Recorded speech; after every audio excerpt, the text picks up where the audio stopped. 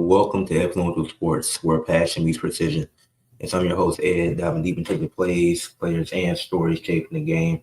I've got a few topics to talk about. Make sure I got all these banners ready. I just need to make one more, and we'll be ready to get started.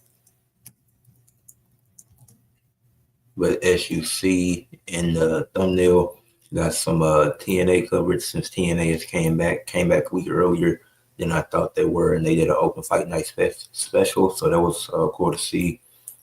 Um, yes, Jonathan Taylor in the MVP race. In my opinion, I'm gonna be doing my own MVP race and my own criteria and stuff for that. Who I think should be in the running for the NFL MVP this year, because there's a lot of talk about certain quarterbacks such as Mahomes, Allen, or Lamar. When realistically, none of them should be in the race at the moment. Zips update, a new series that I've been doing covering the Akron College sports. Had a conversation around the Dodgers. Did they do anything wrong? Does their championship count? I think it does. I'm gonna get into all of that. Main topic for today, which that won't be the first topic, but it will be in the middle of the podcast, about Adam Silver and how he's done a terrible job as a commissioner for the NBA. But with that being said, make sure you leave a like on the podcast, comment, subscribe, share for others to see, and let's get started with Zips update. Uh, the women's soccer season it's already concluded, as I mentioned, due to them only winning 5 games and not being able to qualify for anything come playoff time. So, men's soccer, volleyball, football, and now basketball are going to be covered for the upcoming months, because those are the active sports for now, as soccer is winding down. So we can get straight into that with the men's soccer team. I start with them, cover.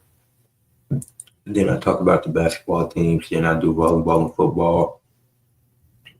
But Akron men's soccer team is 11-3-3 on the season. That's how you finish the regular season. Won 3 straight games, and I talked about this when they were 8-3-3. I had a feeling that they can win at least 2 of those games, and they won all 3 of them. They outscored their final 3 opponents 6-1 in those 3 games, because they were in a tie before the 3-game winning streak. Then they won 3 straight games, finished the season with 11 wins, and they're playing in the Big East. They won the Big East. Now they're in the tournament, in the playoffs, and then you got a good chance to go far. They just beat Creighton 1-0. I forgot who their next game was, who their first playoff game is against. But this is a sign in the right direction for Akron's soccer team. Just looking great. And they were able to advance to the playoffs. So shout out to the men's soccer team, as the women had a very disappointing season, but the men's soccer team did their thing. The more positives for Akron sports. The volleyball team is now 15-11 and have won 6 straight games. They've won back-to-back since the last podcast episode. They swept Eastern Michigan last week. Well, last Saturday they swept Eastern Michigan. One of their few sweeps of the season. They don't have many sweeps of the season, but they just swept Eastern Michigan and Bowling Green back-to-back games.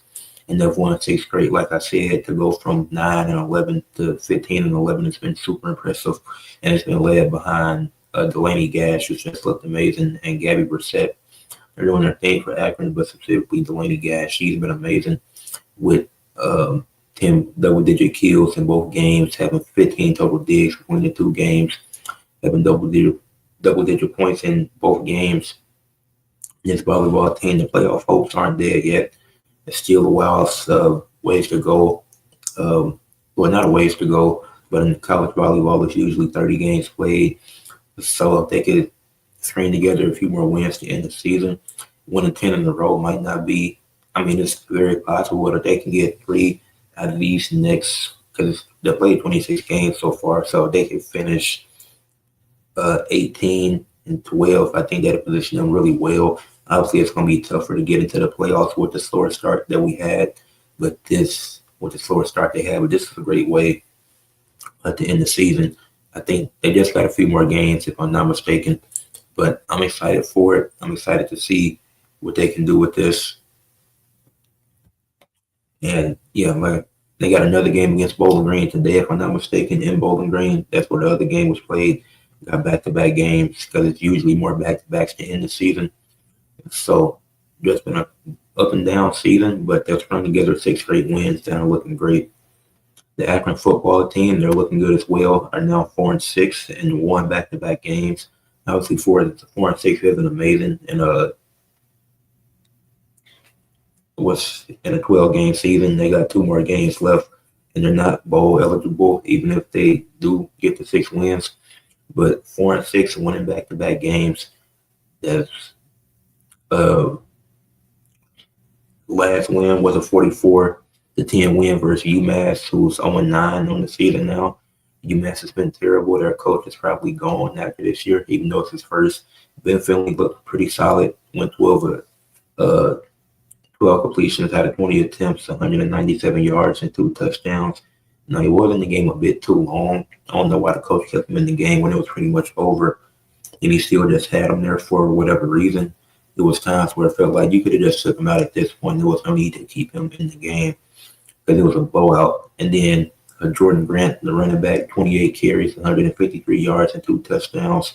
Phenomenal game. Just handing the ball off to Grant. That's worked really well in these last 2 wins that Akron's been able to secure to help improve the team to 4-6.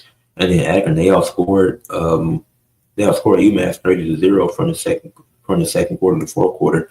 They ain't allowed them to score any points after a very competitive first quarter, with UMass only trailed by 4. Akron had 2 touchdowns and led 14-10.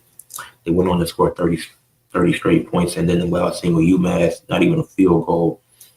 Now, Akron's next game is against Kent State on a Tuesday, who's 3-6.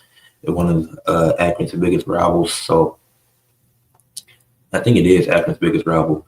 So this game is going to be very interesting to see how that plays out. It will be a great win for Akron. I think Kent State lost their last game, so I'm pretty sure Akron has momentum heading into that one. It's going to be a rivalry game in Akron, so it's going to be I expect it to be very competitive with 2 teams who haven't been great this season, and both teams looking to get add another win in the win column. Now, women's basketball, one team that is struggling so far. They're already 0-2 on the season, both games on the road. They suffered a 14-point loss to South Alabama, and Monique Mitchell, she was the only woman to put up double-digit points with 21 points, shooting 8-12 from the field. So obviously not going to win much if you only have one player scoring double-digit points. It becomes much harder to win that way. But Monique Mitchell, she did what she could with a 14-point loss, unfortunate. Then they lost Robert Morris as well, and that was a 9-point loss, so it's a bit more competitive. But then it was Nariah Clark, who was the only person in double-digit points for Akron, and she had 25 points and 7 rebounds while shooting 9 of 11 from the field. So it's like you get these 2 great individual games, but they didn't come together. If you have both of these games happen at the same time, this Akron team is probably 1-1. If not, because obviously it's not realistic to expect everybody to perform every game. But if you get these 2 great performances from Monique Mitchell and Nariah Clark on the same night, you're possibly 1-1, maybe 2-2, maybe because you got to string together some more consistency. But back-to-back games of only one player scoring in double digits for your team, it's going to be hard to win a game that way. While the men's team, they're already 1-0, and they have another game today, which I'll be at. I'll be cameraman, one of the camera people for that game. But the men's team starting the season 1-0, an 85-71 win against James Madison. It was a competitive first half, but after they dominated that second half, Monty Wiles finished the game with 22 points and 8 rebounds, while Akron's bench had 24 points compared to James Madison, who had 20 bench points.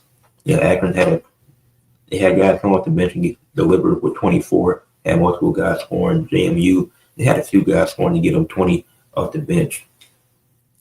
But it was a great game. It was a great game for Akron. It was a good way for them to get the season started. And the men's basketball team, things are looking up. They play Penn State today, so hopefully they can get this win later today. And that's an early game. That's a afternoon game, so hopefully they can get that win. But yeah, as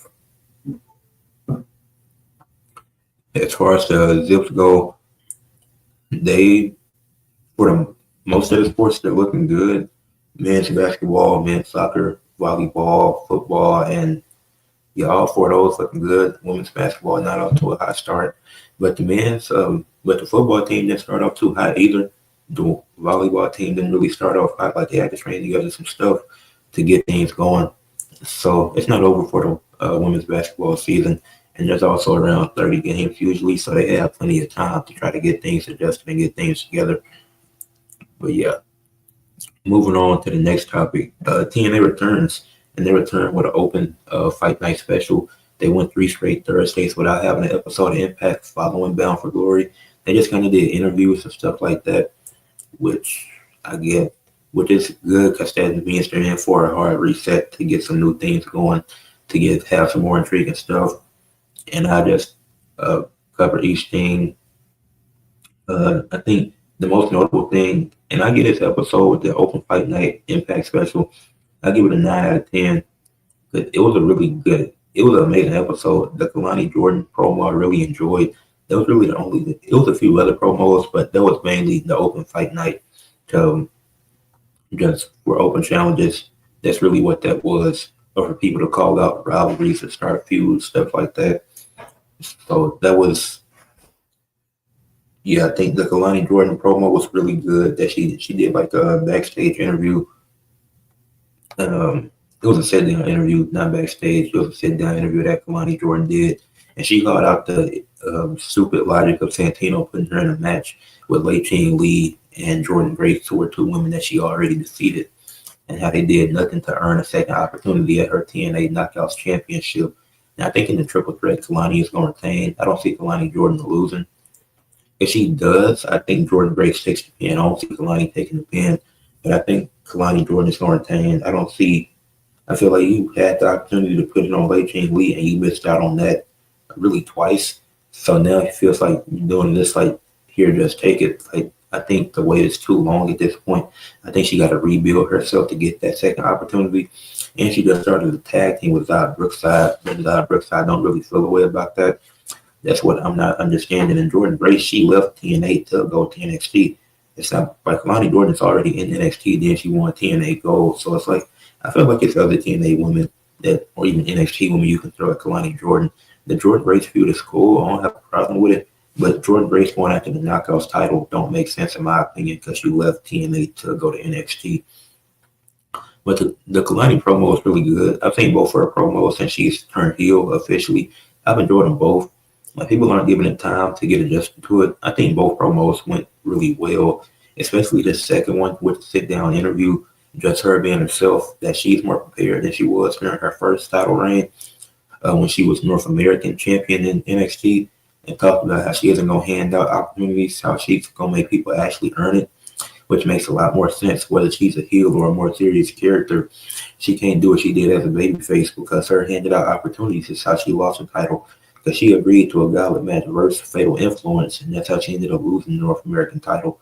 And then she spiraled into a losing streak. And so she got to be more aggressive. And I think her being a heel, I think it's going to work out. I think I definitely see it working out. Then that happened like in the middle of the show, but that was the main segment from the show. And now we can talk about the matches that happened. Had a match between the System, Great Hands, Rascals, and Sinner and Saint. Fatal 4-way tag team match. I don't know what it was. It was a system. They sent out a challenge for anybody because they wanted to prove just the best tag team, and it wasn't necessarily a number one contenders match for the tag titles, but it was like it was like a proving grounds type of thing. Like, the system feel like they're the best tag team and they want to go after the titles, but they ain't challenging the champions yet, so they're giving other tag teams in TNA an opportunity to take them on. So, of course, the Great Hands, they accept who they have history with the system, so that makes sense. And the system was it was Brian Myers and Eddie Edwards for this match. The Sinner and Saint, they came out there, which I don't know how they went from the Northern Harmony to Sinner and Saint, but cool. Then you had the Rascals, who I guess they want to prove that they're the best tag team. So it was a really good Fatal 4-way tag team match. The Rascals got some good offense in. Sinner and Saint, they did a great job working together. The System and Great Hands, they displayed great chemistry against each other in the ring and continue to do that again, even when there's more people involved. Like they got really good tag team chemistry. It's been one of my favorite tag team feuds or faction feuds of the year because Alicia Edwards and Tasha Steeles, they got involved as well. There was a little bit of interference, but it was directly the system in great hands with the interference. Neither one of Alicia Edwards or Tasha Steeles, neither one of them did anything to center in St. Brother Rascals. That was between the system and the great hands. And the system did end up getting the win, defeating the great hands in this fatal four-way tag team match. It was Eddie Edwards. They got the pin, if I'm not mistaken, on John Scholar. And then following that, you had the match between Danny Luna and Jody Threat. But they made it short about this match. That was my favorite match from Impact, I think. It was a good way to end their feud. Yeah, it was a good way to end their feud because they had multiple matches with each other leading up to this. Not one-on-one, but just either tag team matches or like triple threats, stuff like that. They had multiple matches to build chemistry with each other because they're mainly just been a tag team these last few years. So then finally having that blow-off match and Danny Luna getting the win. That was a great match. I enjoyed it. The Hardy Boys had a match against the Colognes for whatever reason, aka Epico and Primo. I forgot the Colognes were still on Impact. I forgot they were still on TNA. So I wasn't expecting that. The match wasn't bad. It was the only thing that didn't make sense is that it was supposed to be a street fight, but it was still a tags happening. I don't get the point of tagging somebody in a street fight. That isn't that the purpose of not to tag somebody in? The fact that it's a street fight, so you can do whatever you want to. It was a solid match. The Hardys got the win, and it was a non-title match. I don't know what's next for the Hardys. So we'll see next week. I think the stuff with the Nemos, that's pretty much over. So maybe they could extend this with the Colognes, and since it was a non-title match. But yeah, it was a solid match. And then you had Mike Santana and Cedric Alexander main event. Mike Santana came out first for whatever reason. I don't know why champions love doing this now. Mike Santana, I know Cody Rhodes does it too. Roman Reigns did it when he was champion. Now Mike Santana's doing it. I'm like, oh, this is kind of weird. Why is the champion coming out first for his match? It was a non-title match, but it still didn't make sense. Early on, there was a lot of pandering to the crowd, and then I guess they made this face versus face match work as Cedric called out Mike Santana. And Cedric once again lost another match in Impact. I can't tell you the amount of wins Cedric has in Impact because I don't even think he has that many.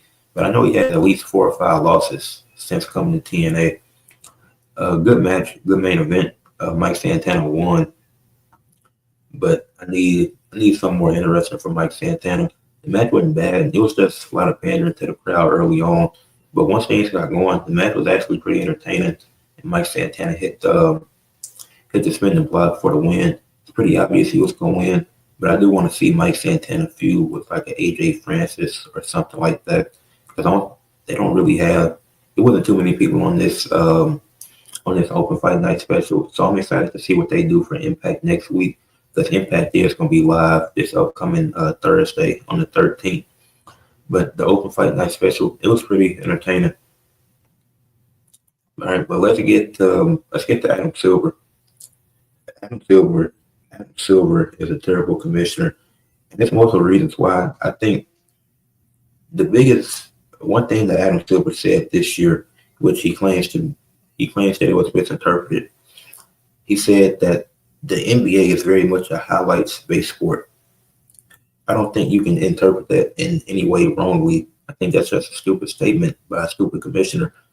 And the reason why this is stupid, how is a sport that's played with 48 minutes game time, 2.5 hours, sometimes 3. We've seen teams play we've seen OKC play back-to-back overtime, double overtime games. And you're telling me that the NBA is a highlights-based sport?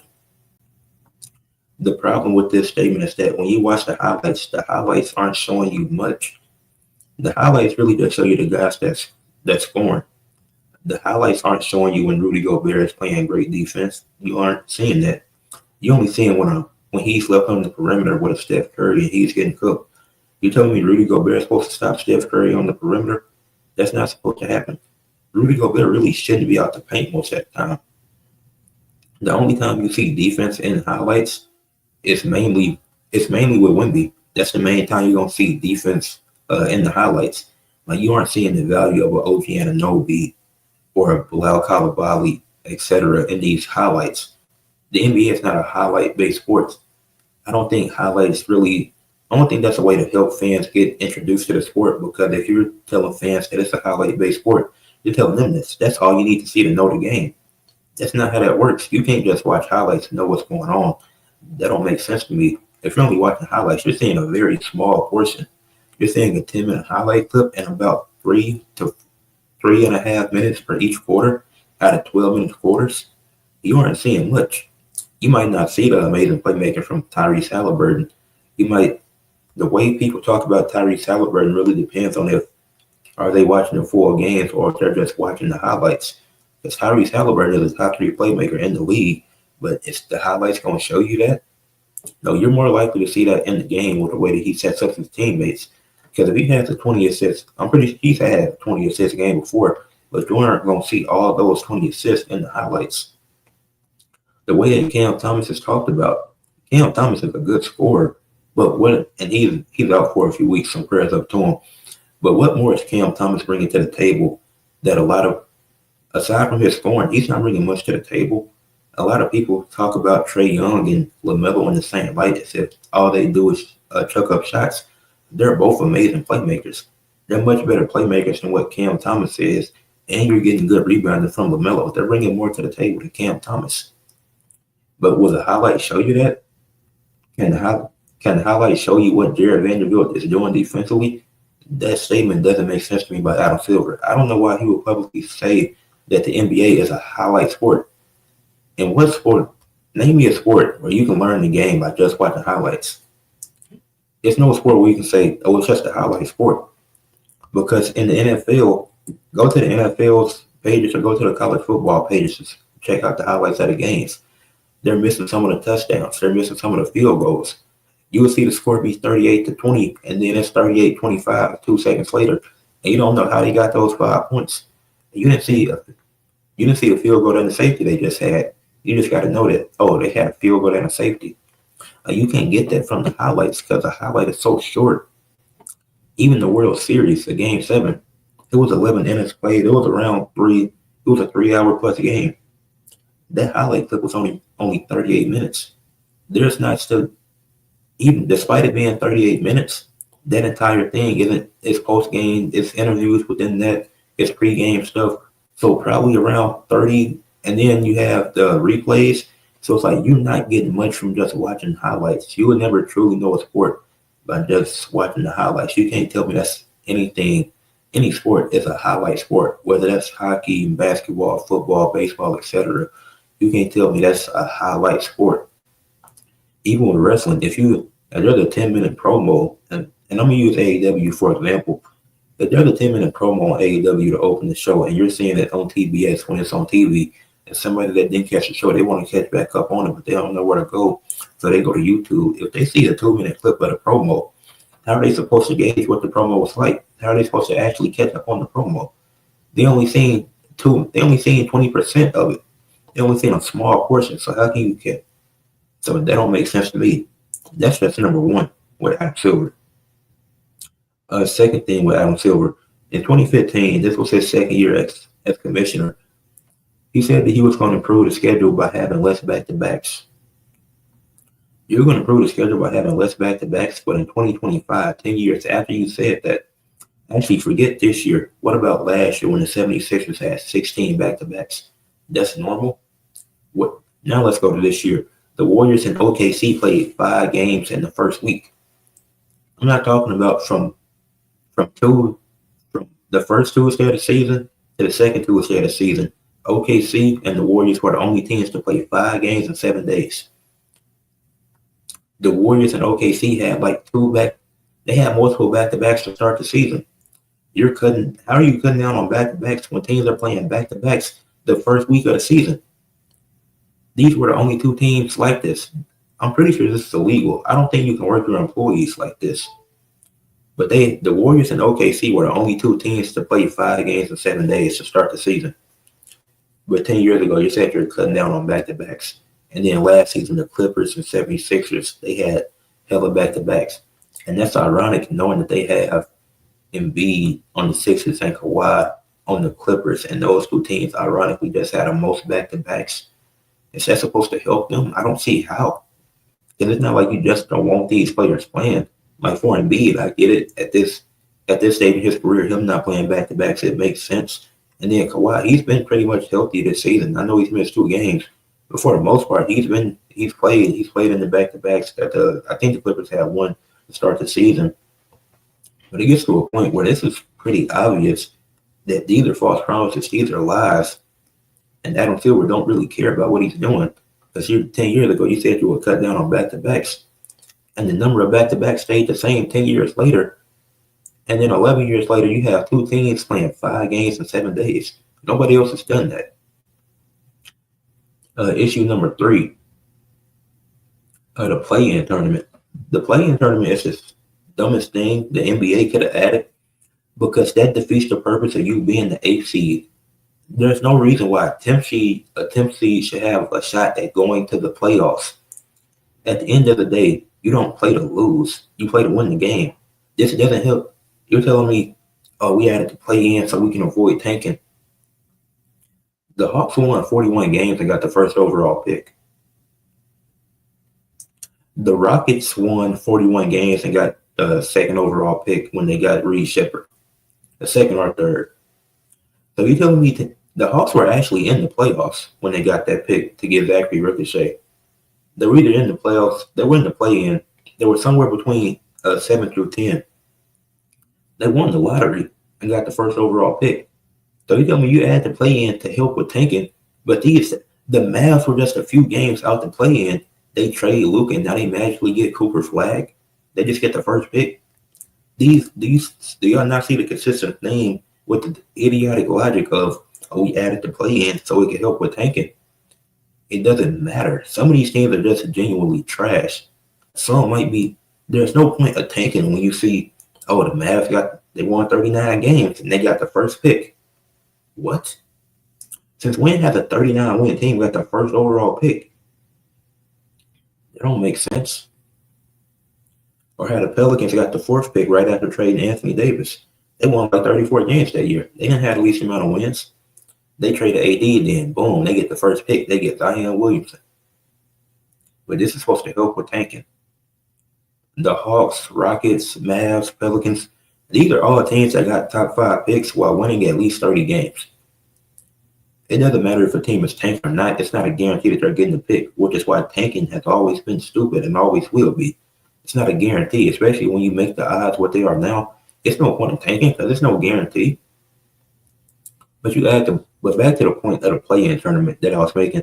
Adding the play-in tournament is stupid because that defeats the purpose of you getting 8th seed. You play to win. So if you hustle all season, you got to deal with injuries and fight through adversity, and you get to the 8th seed. Now you got to play in 1, maybe 2 games to keep your playoff hopes alive. So being the 8th seed don't matter now. And I don't think a 10th seed has made the playoffs. I know a 9th seed has because the Grizzlies did it. But it's like the Warriors did all that work in that season just to lose to a team that finished below them in the standings. Isn't that what the playoffs is for, to prove who's the best team? If you're in the regular season and don't have, and this is the point of tiebreakers, you have tiebreakers. If you play a team, if the Warriors and Lakers play each other 4 times and they both go 2-2, there's other ways to determine tiebreakers in the NBA. Who won more games within the division, stuff like that.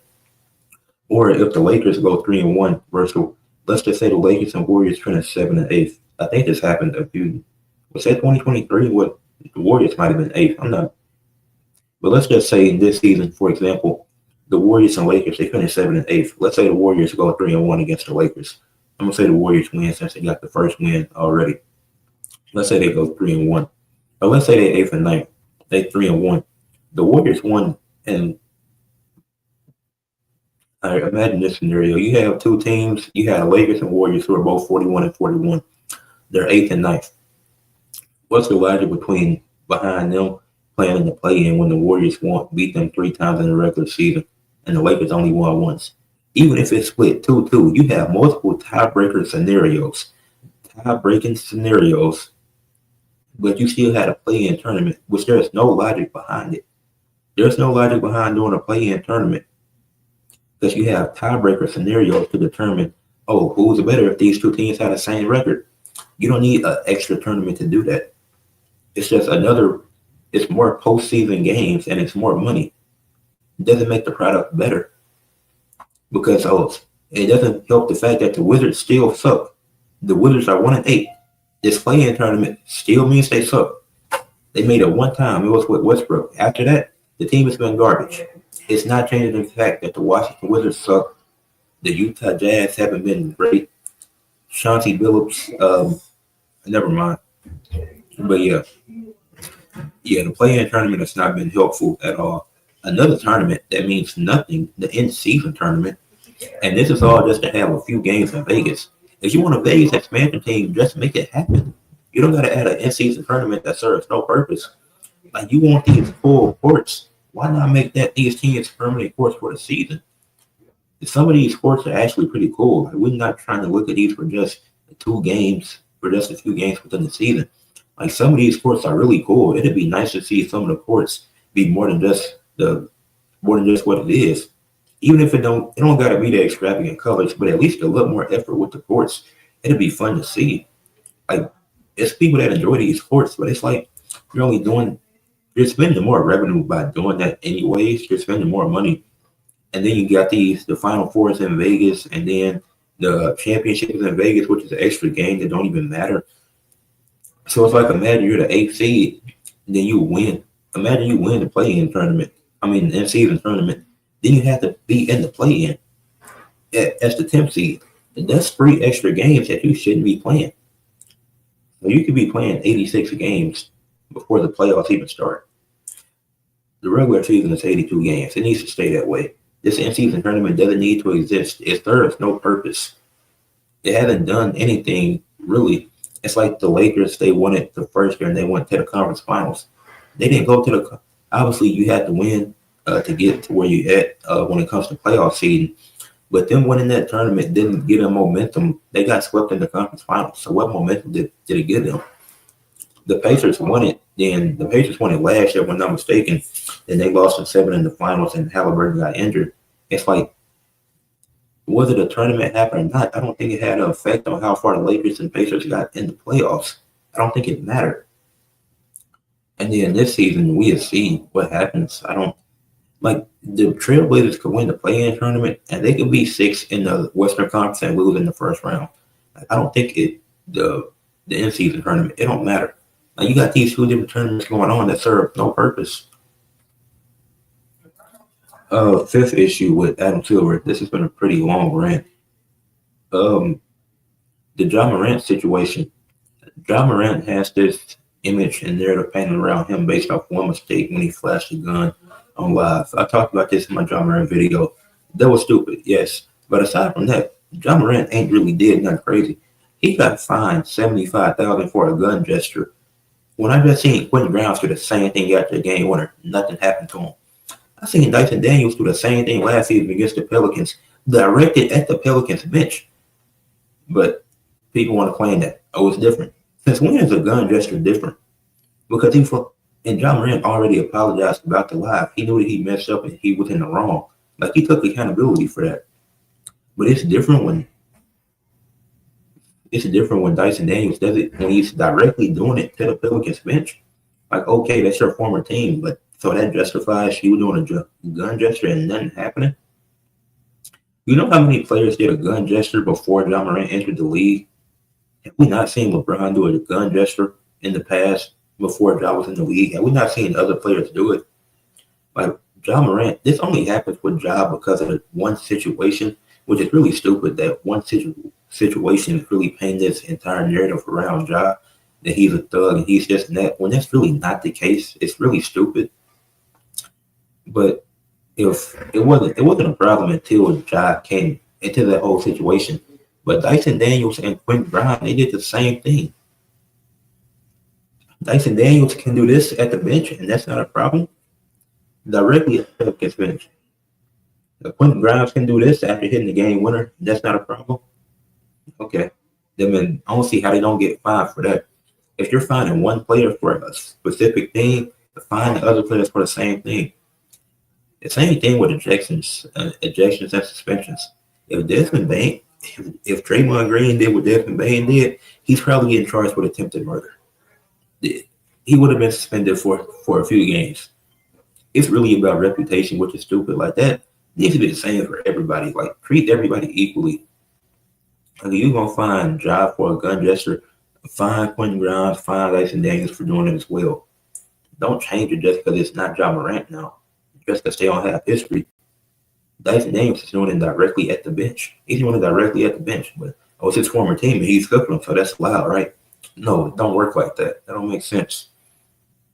And last thing about Adam Silver and his 11-year tenure as commissioner, he thought it was a wise idea to increase partnerships with sports betting companies. Now, I'm not going to justify what Chauncey Billups and Terry Rozier and Damon Jones did because that'd be stupid. They're idiots for what they did. They're completely in the wrong. But Adam Silver, he's really a wise guy, isn't he? He decided to increase partnerships with sports betting companies. Like this was definitely a possibility. Like I said, they're in the wrong for doing this, especially Chauncey and even Damon Jones as well. Because it's hilarious how he made that call about Anthony Davis supposedly not playing in the game. Then AD played and the parlay didn't hit. So that's hilarious. But like as professional athletes, like they should know. And it's like you risking your life for not much money. But Adam Silver, you increase partnerships with sports betting companies. There's no reason why any sports league should be in partnerships with a sports betting company. It's like, okay, even having to deal with Hennessy, it's like, that's interesting. You want to target a younger demographic, but you also want to have a deal with Hennessy at the same time. Makes complete sense. And then that's not just the NBA, but it's like, in general, as a sports company, why are you increasing partnerships with sports betting companies as if stuff like this actually won't be getting investigated? Know how crazy that is? And some of these lines be looking sketchy. Somebody that had 15 at halftime and their over under is 25. They finish the game with 24. And this is just what happens. That's just an example. Like some of these dudes, their over under be 20.5. They have 18 at halftime. And then they finish the game with 19 and make one free throw. I'm like, okay. So some of this stuff starts to look sketchy. But man, there was a lot on Adam Silver. Let's dive into the NFL MVP race. It's 5 players in the conversation for MVP this season.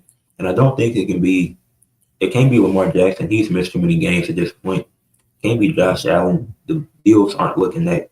Even though the Bills are good, he's just not played better than the 2 quarterbacks I have on here. And he's getting outplayed by a team higher in his division and their quarterback. And then Patrick Mahomes, you can't win MVP while being third in the division. You can't be in the race. Only 5-4, only a game over 500, and had a slow start to the season. But you can have a slow start and still be in the race, but not if your team is barely a game over 500. But number one in the MVP race, in my opinion, is Jonathan Taylor for the Colts. But the Colts have a 7-2 record. Taylor has 6 games for the touchdowns. It's only been 3 games where he didn't score. Has 895 yards and 895 rushing yards and 12 rushing touchdowns, which both lead the league. And he's not fumbled at all. Like he's done a great job taking care of the ball. And then as far as receiving goes, he's been targeted 29 times and had 27 catches for 218 yards. So he's been great, whether that be running the ball. He's been the best running back in the league. And he's been a good pass catcher as well this season for the Colts, being their fourth best in receiving yards for the team, if I'm not mistaken. So he's done a great job. The Colts look amazing. Nobody was expecting this. Shout out to the Colts offensive line. I know he had a bad game against the 49ers, but every MVP has a bad game. Everybody struggles. So we'll see what happens in the next game. The Steelers game that was his first game of the season, but I don't think that hurts him from being MVP. That, in my opinion, that doesn't stop him from being in the race for MVP. Number 2 on my list is Jackson Smith-Njigba for the Seattle Seahawks, who are 6-2. Yes, I do have a receiver on here because MVP means most valuable player, not who's the best quarterback. Like, I'm not doing that. I'm looking at who's the most valuable player, and he's done a great job with Seattle. 58 receptions, 458 receptions, 4 touchdowns, and he has the most receiving yards in the league at 948. And he's also averaging 118 yards per game, which is very impressive. Has 235 yards after the catch, and he's had at least 4 receptions in every game. And he's really leading the Seahawks team. Like, people can say what they want about Sam Darnold. Like, I'm still not a believer. But I mean, come playoff time, you can prove me wrong. But JSN, he had a great season the last year. He's looked phenomenal this year. Like, this team is not where they're at without Jackson Smith and the Jake will. Like, I very well believe that. Geno Smith, if he stayed on this team, this very well could have happened. Because there's less options now with JSN. He ended up in that role as the wide receiver one, and he's really taken over. He easily could have been in this role and flop, but he didn't. He's stringing together an amazing season, and he's in the MVP race. He's in my MVP race. Number 3, I have Christian McCaffrey, who the 49ers are 6-3. As they are third in their division, they're actually in contention for the playoffs, and they're 6-3. Like I said, they have 6 wins, and they're third in their division. That's not something you see often. And McCaffrey is leading the 49ers in both receiving and rushing yards. And this is impressive because they've had a lot of injuries, and he's been healthy. He's been consistent with the 49ers this year, 596 rushing yards, along with 626 receiving yards and 8 total touchdowns, leading the team in all those stats that I mentioned. So he's a great pass catching back, and he's been a good runner. The offensive line has been hurt, so he hasn't been as explosive as he's been in past seasons. But this is McCaffrey's best seasons. Obviously, he was great in 23 as well. A year that he was in the MVP conversation and could have won it. I think he won Offensive Player of the Year. But he's still in the MVP race in my eyes with the injuries and adversity that the 49ers have had to deal with. So McCaffrey, he's third on my list. Number 4, I have Jalen Hurts. The Eagles are 4-2. Hurts has 20 total touchdowns, just 4 total turnovers. Has the highest completion percentage of his career at 70%. Has 5 games with 2+ passing touchdowns, and the Eagles are 4-1 in those games. Like Hurts, he might have had a slow start to the season, but he's really picked it up. He's looked great, and he didn't even have a slow start to the season. He just didn't have that many passing touchdowns. He has 15 passing touchdowns now, 4 and 5 rushing touchdowns. Like, Hurts has still been really good. He's leading this team. Highest completion percentage of his career, like I said, doing an amazing job limiting turnovers. Has not turned the ball over much. Only 1 interception, 3 fumbles. Obviously, you don't want as many fumbles, but it's only 4 total turnovers. So he's doing a great job with this team. And the Eagles look great once again. And they've just run together back-to-back wins. And then 5th and final on my MVP leaderboard is Drake May, who has the Patriots at 7-2, which has been very surprising. The Pats are on a 6-game winning streak. He has 200+ passing yards in every game, 19 touchdowns on the season, 17 passing and 2 rushing. So he's done an amazing job. Drake May's looked amazing in the second season. It seemed is he the best quarterback of his draft? Who knows? Because Jayden Daniels and Bo Nix, they're still in that conversation, in my opinion. Like, it could always change. Obviously, we don't know what's going on with Jayden in Washington. That's a weird situation. But Drake May, he's 5th on my MVP leaderboard. 200+ passing yards in every game. And having the most passing yards don't mean everything to me, because you can have the most passing yards and still lose and still make mistakes. Like, I just seen Joe Flacco do it. He had 400-some passing yards, but he also had 2 interceptions. So it's the context that matters. And I've enjoyed watching the Patriots play. Drake May, he's looked great this season. So my top 5 for MVP halfway through the season, I have Jonathan Taylor 1. The impact he's had on this Colts team, he's having a phenomenal season. At 2, I had Jackson Smith and Njigba. People can say wide receiver never win it. This is my MVP leaderboard. If you think differently, you can create your own. But he's having an amazing season as well. He stepped into the wide receiver 1 role as if it was always meant for him. Christian McCaffrey leading this team in rushing, receiving, and touchdowns. I got him at 3 on my MVP ladder board. At number 4, I have Jalen Hurts. eliminated turnovers, best completion percentage of his career. The Eagles are the top seed in the NFC once again. At number 5, Drake May, unexpected. Obviously, it was expected that he would progress, but this rise this quickly, currently on a 60-game winning streak, 200 plus yards in every game. These are my top 5 guys for the MVP at this moment and at this moment in time. This ain't gonna be quick, but the Dodgers didn't do anything wrong. People are mad because of the amount of money that the Dodgers spent to build the roster that they have. At the end of the day, you're not winning by not spending money. Even in the NBA, like as organic as OKC is for the most part, like drafting. Actually, they didn't even draft Shea. They traded for Shea, but they drafted J-Dub and Chet, but they traded for Caruso. They traded for Shea years ago. They traded for they signed Hardenstein in the offseason. So you got to spend money. You can't win by not spending money. And I'm mainly focused on baseball, but that happens in other sports. Like that's the Warriors. Like they built organically for the most part. They drafted Steph, Draymond, and Clay. They signed Andre Iguodala. If that signing doesn't happen, do they win in 2015? Maybe not, because as statistically good as LeBron was, when he was guarded by Iguodala, he didn't definitely looked at his worst for the war. And then the Warriors, after losing to the Cavs, they were like, okay, we need to make improvements to this team. We just blew a 3-1 lead. They signed Kevin Durant. You got to spend money to win. You got to spend money in sports. It's like the Dodgers. I'm gonna look at the Dodgers. They spent the most money in the MLB at this point, at least for the roster they had this year, with $321 million. They won the World Series. Okay. And then all these other teams that I'll refer to were in the playoffs this year and all lost. Only one of them went to the World Series, which was the Blue Jays. The Blue Jays spent $255 million. They lost in the World Series. If they would have won, it wouldn't have been no complaints. But that's not even close to the least amount of money that a team can spend. The Yankees spent $300 million on their team. The only other team to spend $300 million was the Dodgers. The Yankees were there, but they lost in the playoffs. But it wasn't a problem with them spending that money. It becomes a problem when you're winning. And the MLB fans and the MLB in general has been needing a dynasty for the last few years. And the Dodgers have became that. And it's not like they're just spending money, because you can spend money and lose. They're spending money and they're winning because they're spending money on the right players. And the Blue Jays, as I mentioned, $255 million. The Seattle Mariners, they only spent $165 million.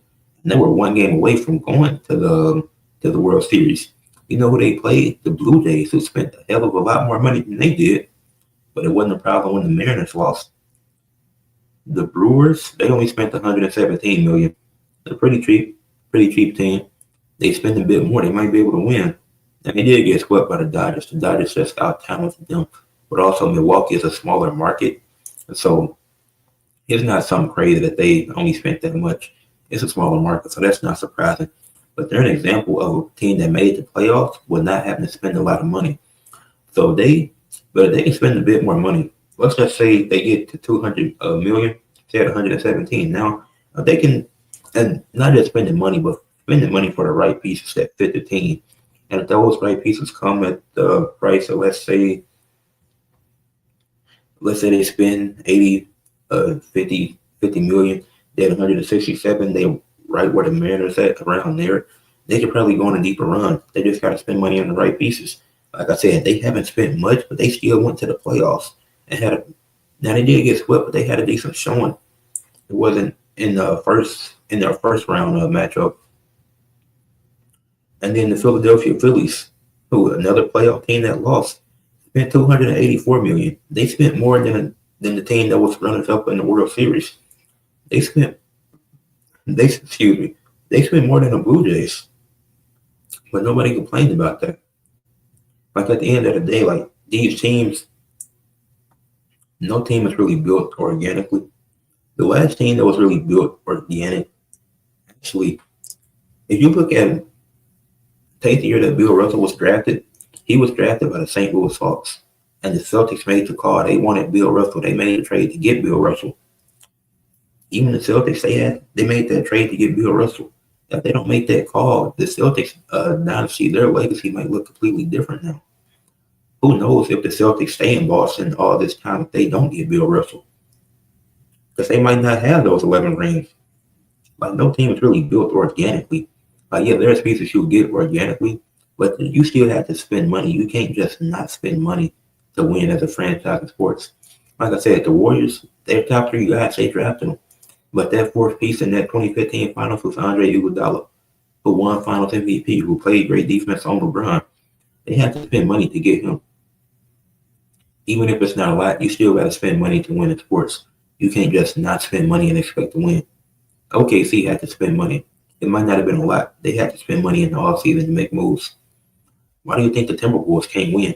They're just keeping the same roster and they're talented. Edwards is talented enough to lead them to the conference finals. But they're going to keep losing the five. They're not spending money to get him. Mike Conley is old and washed. Rob Dillingham, he's not there yet. You got to spend money to win. Shouldn't be a hard concept to grasp. But we finna end it with athletes of the week. This is gonna be the last segment before I end it. Eat breakfast, then head to work.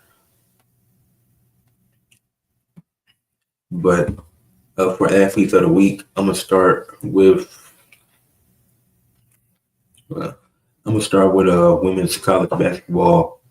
For women's college basketball, I'm going with Nia Watson for South Carolina. They're 2-0 in the season so far. She's averaging 18.5 points, 2.5 rebounds, and 4 assists on 57, 25, 80 splits through 2 games. And obviously, we hope the 3-point percentage can improve throughout the season, which I think it will, because she's consistently been a 34% shooter. So I don't think early shooting slump, but aside from that, she's looking good to start the season. For men's college basketball, went with Amani Lyles from Akron when they defeated James Madison last week. He had 22 points, 8 rebounds, went 8 of 13 from the field, 1 of 3 from 3, and 5 of 6 from the free throw line. For the NBA, I'm going with Giannis. The Bucks went 2-2 this past week. Giannis averaged 30.5 points, 1 block, 1.2 steals, 6.2 assists, and 11.7 rebounds, while shooting 60% from the field in 3 out of 4 games and playing amazing defense. For college football, one with Ryan Davis, who his Utah defeated Cincinnati 45-14. And Ryan Davis, he had 8 catches, 432 yards, a 16.5 average, and 1 touchdown. For the NFL, going with Caleb Williams, a 47-42 win, led the Bears to that win over the Bengals. He had 20 completions out of 34 attempts, 280 yards, 280 passing yards. Then he also had 2 receptions for 22 yards, had 4 total touchdowns. 3 of those were passing touchdowns. 1 was a receiving touchdown on a trick play. For college volleyball, one with Delaney Gash, led Akron to back-to-back wins. That's her currently on the 60-game winning streak. She had 36 points, 33 kills, and these are for the 2 games, not in one, but in both games combined. 36 points, 33 kills, 15 digs, and 2 aces. For TNA, I went with Danny Luna, who I spoke on this match earlier. She defeated Jody Threat in a very competitive match on TNA's Open Fight Night Special Edition Impact. For WWE, I went with the Phenomenal Dragons again, a.k.a. Dragon Lee and AJ Styles, winning the rematch against JD McDonough and Finn Balor for the Raw Tag Team titles. Exciting match. I like the Phenomenal Dragon as a tag team. For AEW, Harley Cameron and Willow Nightingale was my pick, as they defeated Mercedes Moné and Athena in the women's tag team tournament to determine the first ever women's tag team champions. That was a good match. For the MLB, Yoshinobu Yamamoto, who won World Series MVP, he came in to pitch in 2 innings, only gave up 1 hit, had a strikeout, and that was a game-winning strikeout, and led the Dodgers to a 5-4 win against the Blue Jays to win Game 7 of the World Series.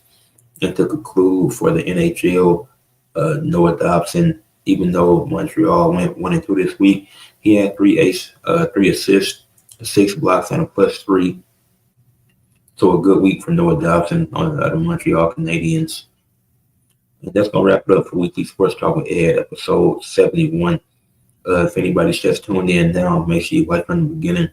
leave a like on the video, subscribe to the channel, a comment, and share for others to see. And I'll have the video out on Monday. Don't know what it will be yet, but expect something Monday afternoon.